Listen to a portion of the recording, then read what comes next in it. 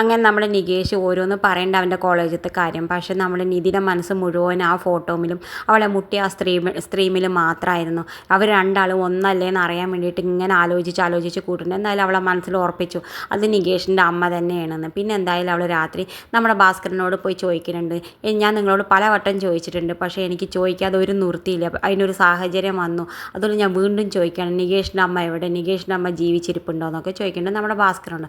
ഭാസ്കരൻ പറഞ്ഞാൽ അത് അറിഞ്ഞിട്ട് ഇപ്പം നിനക്ക് എന്താന്ന് പറയുന്നുണ്ട്. എനിക്കറിയണം, പക്ഷേ എന്തുകൊണ്ടാച്ചാൽ ഞാൻ ഇന്ന് അവരെ കണ്ടു എന്ന് പറയുന്നുണ്ട്. നമ്മുടെ ഭാസ്കരന് അയ്യോ എന്നൊക്കെ പറഞ്ഞിട്ട് ഇങ്ങനെ നമ്മൾ തിരിഞ്ഞിട്ടൊക്കെ ഇരിക്കുന്നുണ്ട്. നിങ്ങൾ മിണ്ടാതിരുന്നിട്ട് കാര്യമില്ല, ഞാൻ അവരെ കണ്ടുമുട്ടീനു എന്ന് പറയുന്നുണ്ട്. അതുപോലെയുള്ള എത്ര സ്ത്രീകളുണ്ടാവും, ഞാൻ റോട്ടിൽ കൂടെ പോകുമ്പോൾ ഒരു സിനിമാ നടിയെ കണ്ടു, അത് ഞാൻ സിനിമാ നടിയാന്ന് പറയാൻ പറ്റുമോ, അല്ലല്ലോ, അത് ഏതെങ്കിലും ഒരാളല്ല, അതുപോലെയുള്ള ആളാവും മോളെ എന്നൊക്കെ പറഞ്ഞിട്ട് എന്തായാലും ഭാസ്കരൻ ഒഴിഞ്ഞ് പോകുന്നുണ്ട്.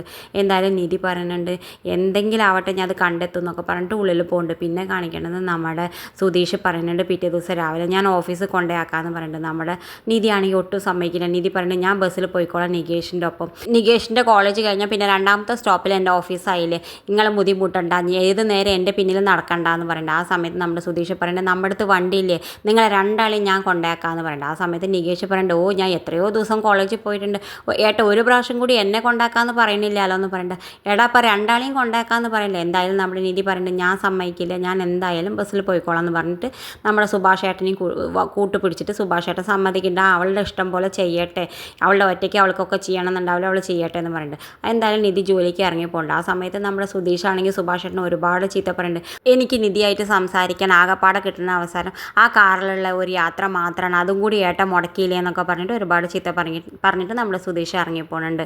എന്തായാലും നിധി പോകുന്നുണ്ട്, ജോലിക്ക് പോകുന്നുണ്ട്. ജോലിക്ക് പോയിട്ട് അവിടുന്ന് പ്രദീപ് സാർ ഒരു പ്രൊജക്റ്റൊക്കെ ചെയ്യാൻ പറയുന്നുണ്ട്. എന്തായാലും നിധിക്ക് അത് ചെയ്യാൻ പറ്റണില്ല, അവളെ ഒരുപാട് ചീത്തയൊക്കെ പറയുന്നുണ്ട്.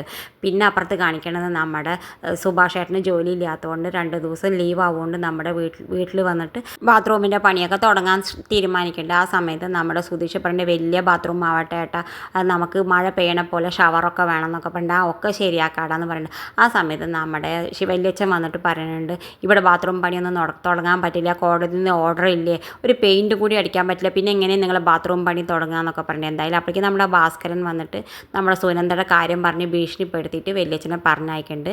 അയാൾ സമ്മതം കൊടുക്കുന്നുണ്ട്. എന്തായാലും ഇവർ ബാത്റൂം പണിയാൻ തുടങ്ങുന്നുണ്ട്. ഇത് കാണിച്ചുകൊണ്ടാണ് ഇന്നത്തെ പ്രൊമോ അവസാനിക്കുന്നത്. ഇതുപോലുള്ള പ്രൊമോ വിശേഷങ്ങൾ നിങ്ങളുടെ മുന്നിൽ എളുപ്പത്തിലെത്താൻ ഈ ചാനലൊന്ന് സബ്സ്ക്രൈബ് ചെയ്യാൻ മറക്കരുതേ.